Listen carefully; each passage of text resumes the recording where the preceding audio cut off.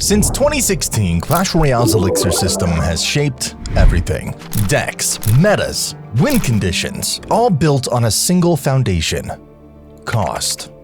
But what if none of those costs ever changed? What if Cannon still cost 6 Elixir? What if Rage still covered half the map for 3? What if the heal spell never got deleted? This is the Clash Royale that never happened. A timeline where Supercell never fixed the broken, never spared the weak, and never balanced the cost of chaos. Welcome to Elixir Madness.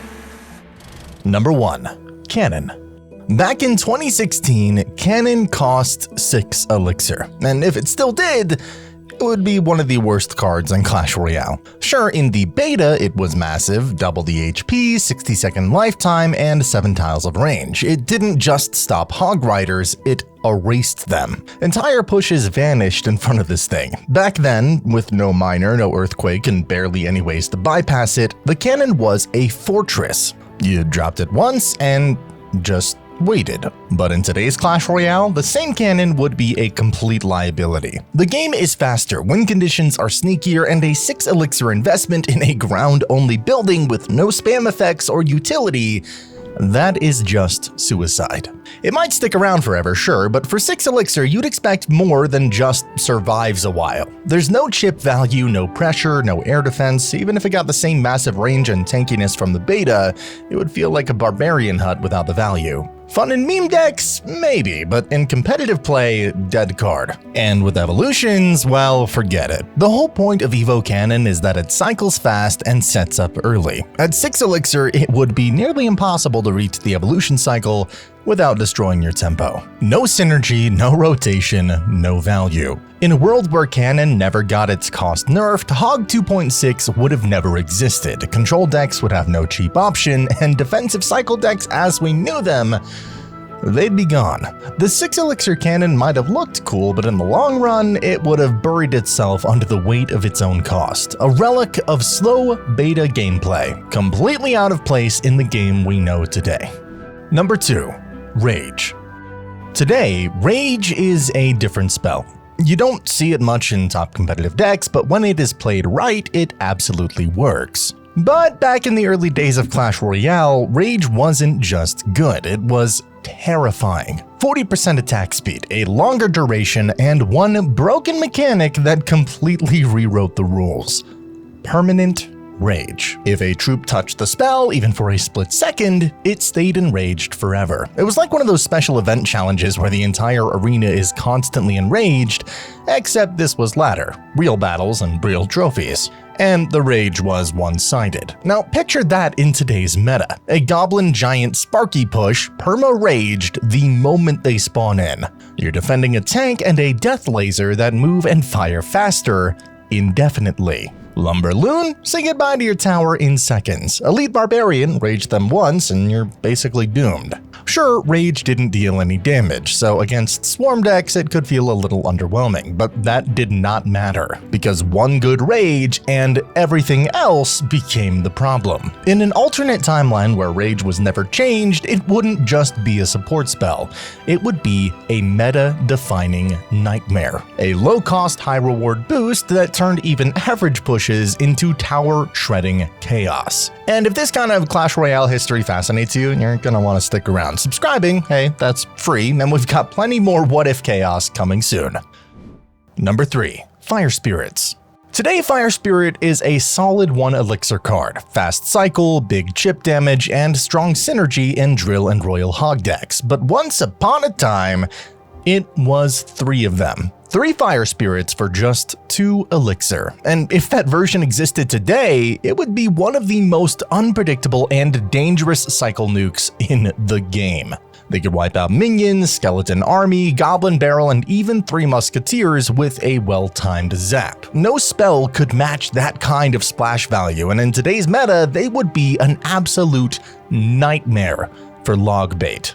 Goblin Barrel, gone. For 2 Elixir. No precise timing, no fancy placements, and if you paired them with Tornado, well, good luck. You'd clump everything together, and the spirits would vaporize the entire push in an instant. That synergy alone would force opponents to completely rethink their spacing and timing. Yes, they had their weaknesses. They died to everything. Logs, snowballs, arrows, even an ice spirit could shut them down. And if their jump missed, well, you just threw away 2 elixir. But when they did connect, the payoff was massive. They could force spells, punish overcommitments, and create non-stop pressure in cycle and bait decks. They weren't just a tool, they were a threat. And that's why Supercell decided to change them. They were just too volatile to keep in a game built around control and consistency. But still, part of me wishes they'd come back, not in their old form, but maybe as an evolution. Number 4. Furnace. Imagine paying 5 elixir for this. That is how Furnace started, and even back then, it was not worth it. Yes, it pressured, yes, it forced responses, but for 5 elixir, Furnace felt like a bad deal. So what if that never changed? What if Furnace still cost 5 elixir today? Truth is, Furnace has always kind of had a weird identity crisis. It's tied directly to fire spirits, meaning whenever they got buffed or nerfed, Furnace followed. If spirits were too weak, Furnace was useless. If they were too strong, Furnace became toxic. That link made it nearly impossible to balance properly, and when Supercell finally reworked Fire Spirit into a solo 1 elixir troop, Furnace got dragged along for the ride. It went from spawning 2 spirits per wave to 1.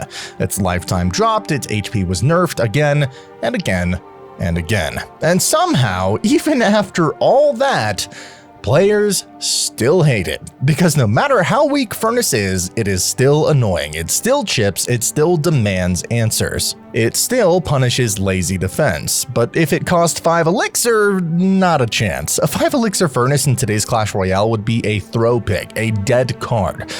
But what if I told you there was one spawner that refused to die? We'll get there. Number 5. Musketeer.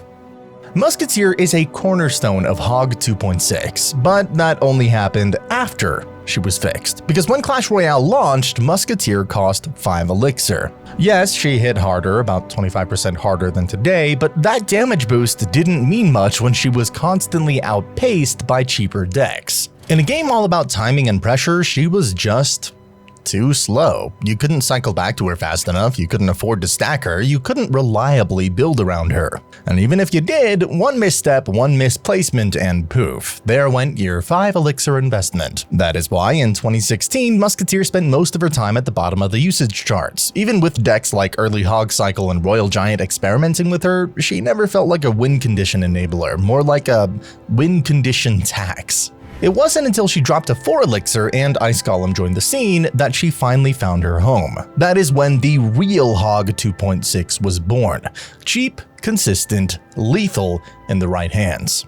But imagine if she never got that change. What if Musketeer still cost 5 today?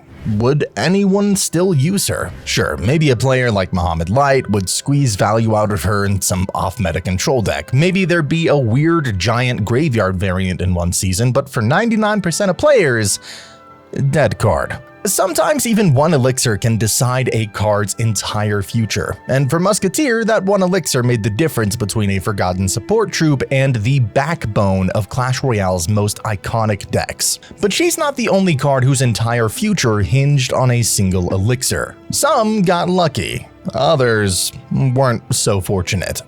Number 6. Skeleton Army. Back in 2016, Skarmy didn't cost 3 elixir, it cost 4, and it spawned not 15, but 21 skeletons, and yet somehow they worked. Even in the height of Zap meta, Skarmy found value. Why? Because 21 skeletons were chaotic. They didn't line up neatly like minions or goblins, they scattered. You could zap 18 of them and still get shredded by the remaining 3. But that era didn't last, because over time, Clash Royale added more answers than Skarmy could handle. The Log, Snowball, Earthquake, Royal Delivery, Fire Spirit, Magic Archer, Mother Witch, and the list goes on. Every year, it got easier and easier to delete them, and even after the cost was dropped to 3 elixir and the skeleton count reduced to 15, Skarmy still felt off. They were chaos, they were unpredictable, and they were everywhere, but at 4 Elixir in today's meta, Skarmy wouldn't be a defense, it would be a donation. Number 7. Royal Recruits.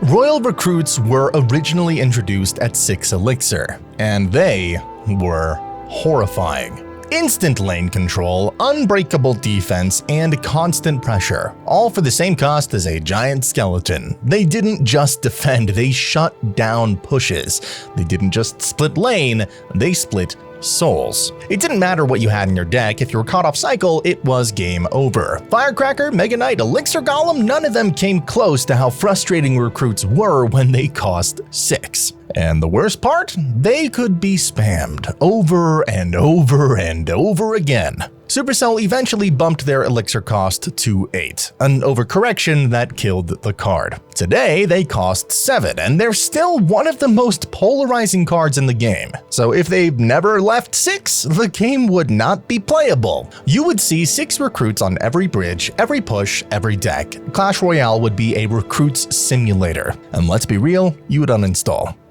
Number 8. Goblin Barrel. Goblin Barrel used to cost 4 Elixir. Yeah, 4. That's 1 more than now, and it really felt like it. Sure, it had this neat little splash damage when it landed, but honestly, that didn't do much. The real danger was always the 3 goblins inside. And for 4 Elixir, they just didn't come out fast enough or hit hard enough to be worth it. The spell part felt like a gimmick. Cool in theory, but in practice, not worth it. You couldn't cycle fast, you couldn't maintain pressure, and suddenly this iconic win condition became a clunky liability. If Goblin Barrel never got that cost reduction to 3 Elixir, Logbait as we know it wouldn't even exist. The archetype would die before it was ever born. That constant pressure, that chip cycle, that threat of a sneaky barrel at any moment, that would be gone. So we got our Skeleton Army over here, guys. Skeleton Army is a great counter for the Goblin Barrel, just like arrows. Seriously? That was absurd. Even with the evolution, it wouldn't matter. A 4 Elixir barrel in today's game would be dead on arrival. Slow, expensive, and easy to counter. It wouldn't be bait. It would be a gift to your opponent. Number 9. Mortar. There was a time when Mortar cost 6 Elixir. Yeah, 6. For what looked like a medieval trash can strapped to a stick. But then it was terrifying. The original Mortar had a 13 tile range, double the damage it deals today, and it stayed on the field for a full minute. That meant if you weren't fast enough with a counter, it would just sit there, slowly but surely tearing your tower to pieces. If you let it lock on, well, good luck, you were probably already done. But here's the thing, today that version of Mortar simply wouldn't work. Modern Clash Royale is faster, more complex, and more punishing. A 6 Elixir siege card that can be distracted by 1 skeleton running across the map? No chance. Everyone would just play Expo instead. Expo can't be distracted the same way, it shoots faster, it connects quicker, and Mortar would be left behind in the dust. Even its evolution couldn't save it. Sure, evolved Mortar shoots faster and spawns goblins, cute idea, but when you're up against champions, mini tanks, and cycle decks moving at light speed, that 6 Elixir cost would make it a dead card before it even touched the ground. If Elixir costs never changed, Mortar would have stayed a clunky, outdated relic, something you pull from the back of your deck and immediately regret playing. And yet, there was one building that didn't get deleted, even though it probably should have. Number 10. Bomb Tower. There is a reason the Bomb Tower is remembered as the worst card in Clash Royale history. Back in 2016, it cost 5 Elixir. And for those 5 Elixir, you got nothing. No death bomb, no damage, no presence. It had a 60-second lifetime, sure, but that barely mattered. Its projectile speed was just 300. That is so low, it literally missed Hog Riders on their first pass. It had a range of 6.5 tiles, an attack speed of 1.8 seconds, and no real threat. It couldn't stop fast troops, couldn't pressure, and couldn't defend well enough to justify the cost. And yet Supercell somehow made it worse. In May of 2016, despite that 0% usage rate, they've reduced its lifetime to 40 seconds and its range down to 6 tiles. A straight-up nerf to a card nobody was using. There was a brief moment, March of 2016, when spawners like Tombstone and Barbarian Hut were buffed and Bomb Tower's usage rate spiked to 12%, but it died just as fast. New splash units like Princess and Ice Wizard completely erased spawners from the meta, and with them, Bomb Tower too. If elixir costs were never changed, Bomb Tower would have stayed dead. No 4 elixir version, no death bomb, just 5 wasted elixir and 60 seconds of pretending to matter. It wasn't just bad, it was a glitch in the game that never got fixed, until players begged for it. Number 11. Giant Skeleton. Imagine a world where giant skeletons still cost 7 elixir. Could it work in today's Clash Royale? Maybe, but barely. Back in early 2016, Giant Skeleton was one of the most confusing cards in the game. He wasn't a win condition, didn't deal much damage, and he was super easy to distract. But if you let him get close, that death bomb could wipe out your entire push and take a third of your tower with it. Literally, his bomb dealt over 950 damage to towers at launch. In theory, he was a defensive monster and offensive threat rolled into one. In practice, he was just too awkward to use, and that was because he cost 7 elixir. That cost made him almost impossible to fit into any cycle-based strategy. By the time you could afford him, your opponent had already dropped a counter. He was clunky, inconsistent, and downright slow, especially in a meta filled with cheaper, faster cards, and once Supercell increased his death bomb delay from 1 second to 3 seconds, you could often just walk away from it. After months of low usage, he was quietly dropped to 6 elixir, making him a little more forgiving to play, and with enough buffs, he eventually found his place in the game. But let's be honest, if he still cost 7, he'd be unplayable today. Not because the card is bad, but because Clash Royale has changed. There are too many cheap cards, too many distraction troops, and too many fast decks that punish anything slow. Still, he's one of those rare examples of a card that's never been meta by raw stats, but always loved for how unique he feels. And that's probably why he survived. Even at 7 elixir, Giant Skeleton had something most cards didn't: personality. And today, at 6 elixir, he can still work. He's not broken, he's not dominant, but in the right deck with the right support, he is a bomb waiting to happen. Still, Giant Skeleton got off easy. Some 7 elixir cards never escape the shadows. Number 12. PEKKA. Back in early 2016, PEKKA cost 8 elixir, and while her damage was terrifying, her cost made her nearly unplayable. She was slow, expensive, and took 3 full seconds to deploy, making her useless against quick threats like Hog Rider. And if you ever tried to use her offensively, good luck. Skeleton Army, Barbarians, Inferno Tower all could shut her down for a massive elixir loss. She was meant to be a tank killer, a defensive wall to stop giants and golems, but with so many cheap swarms and punish cards in the meta, PEKKA rarely made it out alive. Even though she had the highest health in the game, her high cost and clunky playstyle kept her far from the meta. Eventually, Supercell dropped her to 7 elixir, and that one change changed everything. Suddenly, PEKKA was viable. She didn't dominate overnight, but over time, she found her place. From PEKKA Double Prince to PEKKA Bridge Spam and even Balloon and Minor Control decks, she became one of the most iconic cards in Clash Royale history. But if she stayed at 8, she'd probably be extinct by now. PEKKA is already on the back foot in today's game, and the recent range nerf only made things worse, forcing her to engage later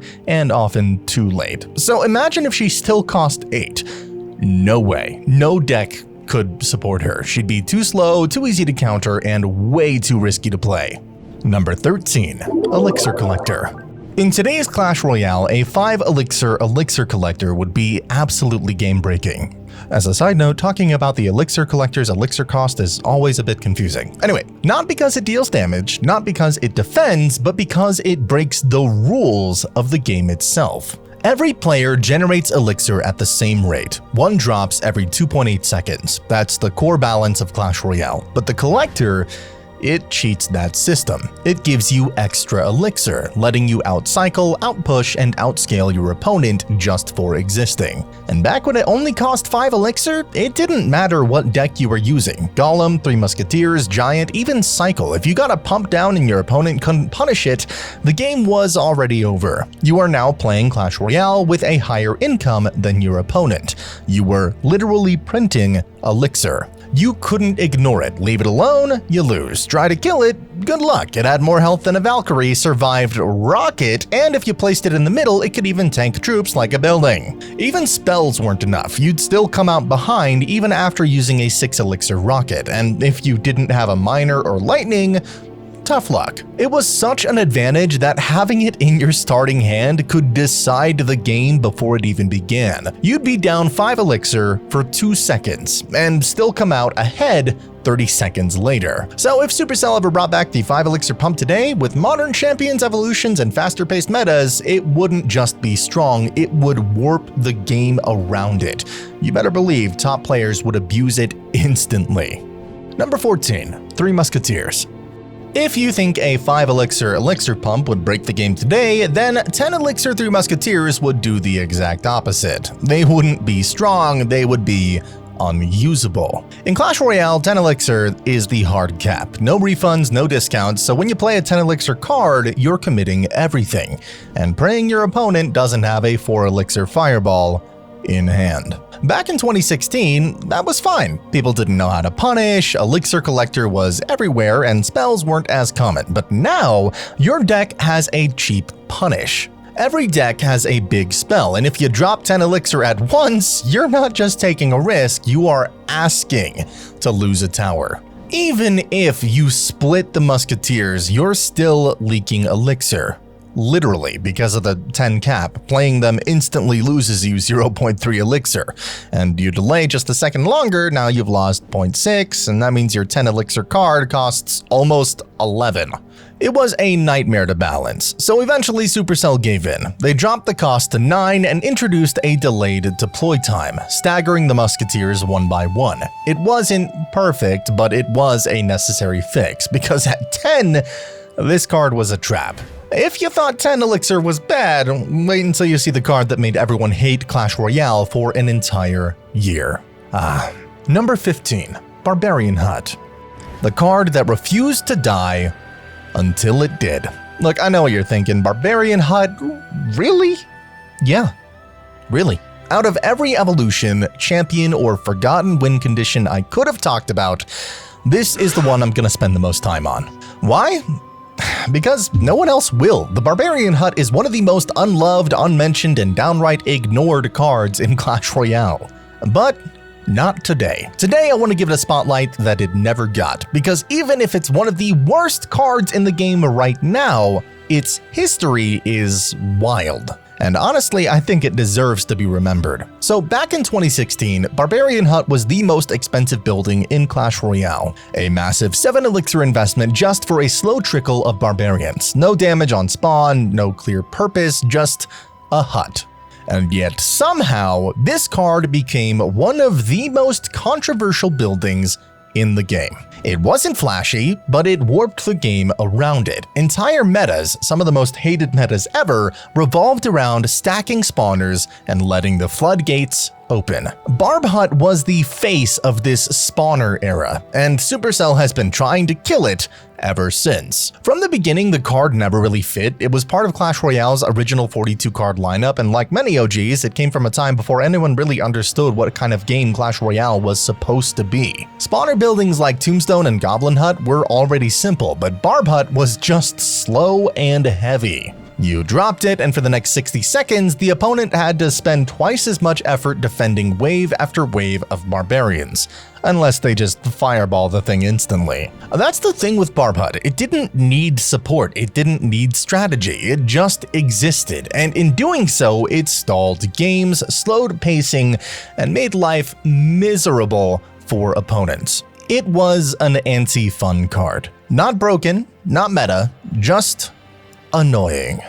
But while cards like Witch and Wizard were getting tweaks, the Hut was ignored for years. Literally, from 2017 to mid-2018, it saw no changes. Not because it was balanced, but because Supercell didn't want it to exist at a competitive level. But then it did. In late 2018, after years of silence, Barb Hut broke through. A fireball bait deck using cannon cart and flying machine suddenly shot up in popularity. It was weird, slow, and defensive, and at the heart of it was the Barb Hut. Suddenly the card had a purpose.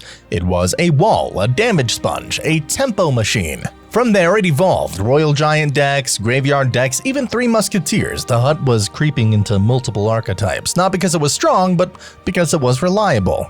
And that terrified Supercell. Why? Because whenever Barb Hut became viable, the game got worse. Games dragged on, matches became about stalling and stacking instead of skill. And so in 2019, it got hit hard. 7% health nerf, then another 13% through Barbarians, and unlike in 2016, the Hut didn't get compensation.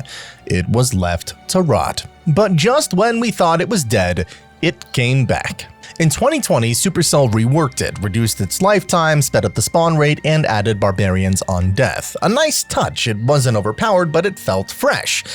And then it started winning. Graveyard decks, Royal Giant, Elixir Golem, suddenly Barb Hut had the second highest win rate in the game. And once again, Supercell panicked. Another 20% HP nerf, a full-on body slam into irrelevance. But that didn't keep it down. Skeleton Dragons came out, Bomb Tower was nerfed, and somehow, Barbarian Hut found a place in the meta once again.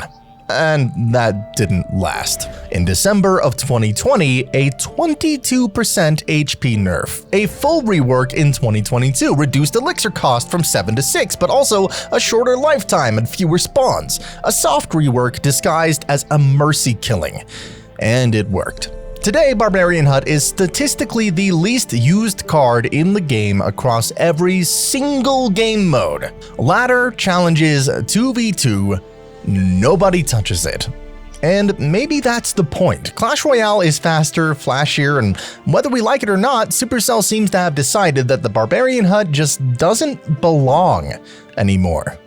Still, part of me thinks that there is a future for this card, a way to bring it back without dragging the entire game down with it. But until that happens, the once tanky titan of slow attrition remains where it's been most of its life. Gathering dust. Number 16. Barbarian Barrel. Today, Barbarian Barrel is a solid 2 elixir utility spell, but when it first rolled into the game in 2018, it cost 3 elixir. And if that cost had never been touched, it'd be collecting dust right next to the Barbarian Hut. See, back then, it tried to be an alternative to the log. It rolled forward, crushed troops, and spawned a bonus Barbarian at the end. But at 3 elixir, it just couldn't compete. It was slower, couldn't knock back princes, and didn't even kill archers unless over-leveled. That bonus Barbarian often got deleted in one swing and was more of a joke than a replacement. The idea was sound, give players a different flavor of a small spell, but nobody wanted to play log +1 elixir for a worse outcome, so Supercell made a bold move. They dropped it to 2 elixir, and just like that, it became viable. Suddenly it offered value, a cheap counter to Goblin Barrel archers, Dark Goblin, plus a tanky Barbarian to soak hits or pressure. At 2 elixir, it earned its spot in decks, and even challenged the log's throne in certain metas. Had it stayed at 3, you'd maybe see it once every 300 games, and probably only in a meme deck with Battle Ram, Barb Hut, and Rage Quits. Number 17. Bowler. Bowler is one of the best anti-mid-ladder cards in the game today, but that wasn't always the case. When Bowler was first added back in 2016, he cost 6 elixir. Yeah, 6. And if that cost had never changed, we probably wouldn't be talking about him right now, because no matter how many boulders he threw, nobody was paying Mega Knight prices for knockback and a slow walk. Thankfully, Supercell realized that mistake fast. Just 2 months after his release, Bowler was reworked down to 5 elixir, instantly turning him into one of the most valuable defensive units in the game. For just 5 elixir, you could shut down bridge spam, elite barb pushes, and even entire beatdown pushes if paired with a tank killer elixir like Mini PEKKA or Inferno. But let's imagine he never got that cost drop. He'd be way too expensive for how slow and situational he is. His long roll is great, but he can't hit air. He struggles against spread out pushes, and if your opponent doesn't line up just right, you just wasted 6 elixir on a purple rock thrower. Boulder only works today because he walks the line between tanky and supportive. At 5 elixir, he is slow but fair. At 6, he'd be clunky, overcosted, and maybe even extinct. So yeah, if elixir costs never changed, Bowler would be back in Frozen Peak where nobody uses him, right next to Barbarian Hut. But he's not the only card that was misunderstood at launch. Number 18. Fisherman. One of the strangest cards in Clash Royale and probably one of the hardest to balance. His hook can ruin entire pushes or do absolutely nothing. But when it was released in 2019, Fisherman cost 4 elixir, and people hated him. He had decent stats, a slightly faster hook speed than today, and technically filled a unique role. But he felt clunky, inconsistent, and painfully underwhelming. His biggest issue was reliability. Miss your hook by a half tile and you were down 4 elixir for nothing. Supercell even tried to make his hook work on air troops, but the animation broke, so they scrapped it entirely. And that's when they did something drastic. They dropped his cost to 3 elixir. Suddenly, this joke of a card became more terrifying. Fisherman wasn't just some weird gimmick anymore. He was a hard counter to Hog Rider, Mega Knight, Ram Rider, Battle Ram, Royal Giant, and Golem. You could literally pull entire win conditions into the opposite lane or straight into the King Tower. That level of control for 3 elixir was absurd. So they nerfed him. They cut his hook distance, then reverted that. Essentially, they just slowed down the hook itself, which was the version we have today. Still, even now, Fisherman is one of the most unique and polarizing cards in the game. Some players swear by him, saying he's one of the highest skill ceilings in Clash Royale. Others think he's inconsistent, distractible, and matchup dependent. But here's the thing. If his elixir cost never dropped to 3, he never would have reached this high skill, high reward status in the first place. He would still be sitting in Royal Giant decks as an awkward tech card that nobody wanted to use. The 3 elixir cost is what unlocked his potential. So yeah, in a world where elixir costs never changed, Fisherman would have stayed a weird gimmick with a fishing rod. And the only thing he'd be reeling in is dust. Number 19. Monk. Monk at 4 elixir. That would be a disaster. When he launched in late 2022, Monk already felt broken, and that was before players figured out just how unfair he truly was. He could reflect fireballs, rockets, arrows, goblin barrels, even sparky blasts. He wasn't just tanky, he was unkillable in the right hands. And all of this for just 4 elixir. Now imagine a Clash Royale where that cost was never changed. Monk would still be sitting at the top of the meta, warping every match around him. His value was simply absurd. For the price of a mini PEKKA, you got a champion that shut down win conditions, punished spell usage, and hard countered half of the cards in the game, all while walking toward your tower with a smug, bald smile. Every deck would be a Monk deck, every match would start with a Monk in the back, and every mid-ladder push would end with your own fireball getting launched right back at your King Tower. That is legitimately how bad it would be. When Supercell finally nerfed Monk's elixir cost to 5, his usage dropped instantly. But here's the crazy part. Nothing else about the card changed. He was still the same stat-wise, the same abilities, same animations, just 1 more elixir. And suddenly nobody wanted to use him. That shows how much impact cost has in Clash Royale. 1 elixir turned Monk from a meta-defining menace into a forgotten relic. In our alternate timeline where elixir costs never change, Monk would still be everywhere. Archer Queen, dead. Skeleton King, outclassed. He would have been the single most used champion in the game's history. No joke. So yeah, if elixir cost never changed, Monk would have stayed 4 elixir and Clash Royale would have become Monk Royale. Number 20. Heal Spell. What if the heal spell never changed its elixir cost? Well, then Clash Royale might have never deleted a card. The original heal spell cost 3 elixir, and it was a problem from day 1. It gave 3 Musketeers the power to survive fireballs, poison. It wasn't just annoying, it was game-breaking. And for a while, it worked. Battle Ram plus Heal plus 3 Musketeers became the single most frustrating deck in the meta. Drop a Fireball, they heal it off. Try Poison early, they wait, then heal mid-tick and keep pushing. This 3 Elixir spell turned one of the most oppressive archetypes in the game into a nightmare. It didn't matter if your deck had counters. Heal rewrote the rules of the interaction. But the worst part, outside of that synergy, Heal was trash. That's what made it so hard to balance. Supercell couldn't buff the card because it would break 3 Musketeers, and they couldn't nerf the Musketeers because that would hurt a core card people loved. So what did they do? They deleted it. And honestly, that was the right move. If elixir costs were never allowed to change, Heal Spell would still be stuck at 3. Unusable in most decks, overpowered in just 1. Clash Royale would be terrified to rework it since even the slightest buff tipped the scales. Instead, Supercell made the boldest move in card history. They turned it into a 1 Elixir Spirit. Same name, same effect, totally different design. It went from the worst spell in the game to the most used card in 2020. That one change from 3 Elixir to 1 gave it cycle potential, synergy with Royal Hogs, and just enough risk reward to be viable without breaking anything. But if Elixir costs were locked forever, then Heal Spell would still be 3 Elixir. It wouldn't be in Royal Hog decks, it wouldn't be in competitive play, and it wouldn't be in the game at all because Supercell removed it in 2020 for a reason. Number 21. Electro Giant. What if Electro Giant still cost 8 Elixir today?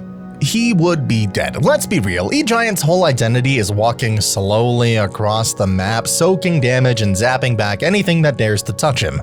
But at 8 Elixir, that trade is just too expensive. When Electro Giant was first introduced in late 2020, he was designed to be anti-swarm. He punished cheap spam cards and forced players to rely on tank killers instead, like Mini PEKKA, PEKKA, or Inferno. That was the idea, but in reality, he was a walking matchup check. If your opponent didn't have a proper building or big damage unit in cycle, E-Giant won the game. And if they did, you lost it. Simple as that. His reflected damage scaled, his stats were high, and with Tornado and Lightning, the support package made him frustrating to deal with. Players hated him, not because he was too strong all the time, but because he felt unfair. Still, he saw play because he could work in the right meta, but that meta didn't last. By 2022, the hate caught up. Supercell dropped the cost from 8 to 7 Elixir, but it came at a price. 15% less health and damage, a massive nerf that killed his auto win potential but made him playable. More fair, more fun to watch, and more skill-based as well. But if he never got that elixir cost reduction, Electro Giant would still be a joke today. At 8 Elixir, he'd be too slow for modern metas, too risky in double Elixir, too punishable by evolving threats. And also way too expensive for ladder, where every interaction matters. 1 Elixir made the difference between a slow tank and a walking tower shredder. Without that change, E-Giant wouldn't still be hated, he'd be forgotten. Number 22. Goblin Hut. For years, the 5 Elixir Goblin Hut was the definition of annoying. Not strong, not dangerous, just annoying.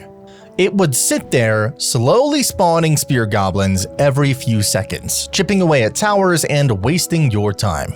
It was passive, frustrating, and nearly impossible to balance, but in 2025, that finally changed. Supercell gave Goblin Hut a full rework, and this time they nailed it. The passive spawn timer, gone. Now the hut only spawns goblins when enemies enter its radius, turning it into a reactive strategic defense rather than a slow burn chip machine. And here's the kicker. In theory, if it stays alive for its full 30 seconds and keeps getting triggered, it can actually spawn more goblins than the original version.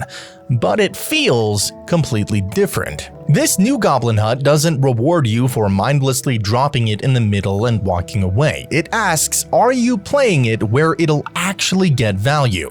Will it support your defense? Is the enemy about to push into it? Suddenly, it's not just a press and wait card, it's a calculated setup piece, and for once, it is viable. Within weeks of the rework, it cracked into multiple top 200 decks, most notably a powerful Electro Giant build that ran Bowler, Tornado, and Baby Dragon. It gave players low commitment defense with upside. Cheap goblin swarms that slowed down pushes, defended backlines, and even chipped towers if left ignored, all for just 4 Elixir. The biggest surprise? It wasn't broken.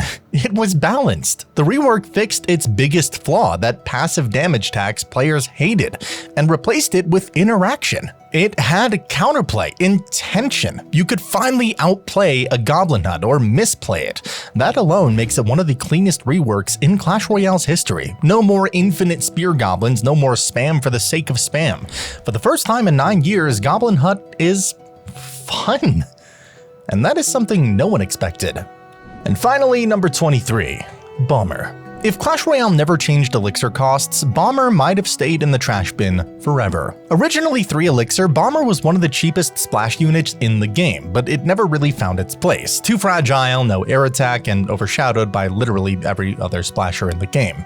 Wizard did more damage, Valkyrie tanked better, Ice Wizard slowed, Bomber just existed. And in Top Ladder, it didn't even do that. For the first 5 years of Clash Royale's life, Bomber had a near 0% usage rate. Balance changes came and went, more damage here, a little range there, but none of it mattered. That was until March of 2021. That's when Supercell finally made the most important change in Bomber's entire existence. They dropped his cost from 3 elixir to 2. It sounds small, but it changed everything. Even though they nerfed his damage and health to compensate, that 1 elixir difference meant he was finally cheap enough to cycle, splashy enough to defend, and safe enough to drop behind tanks like Golem or Electro Giant. Suddenly he was everywhere. Golem, Bomber, Tornado, Drill Bomber, Tornado, he wasn't just viable, he was optimal. But it didn't stop there. In 2024, Bomber got something even crazier. An evolution. With it, each bomb bounced 3 times, giving him one of the longest projectile ranges in the entire game. He could stay safe, deal insane tower chip, and hit multiple targets in a line. Oh, and it only took 1 cycle to evolve. And that's only half the story, because the real twist, it wasn't the evolution that made him broken. It was something else. But you'll have to click here to find out how the Bomber went from Arena 1 trash to Clash Royale's most quietly overpowered card ever. Trust me, it is the most ridiculous card arc Clash Royale has ever had. I'll see you there.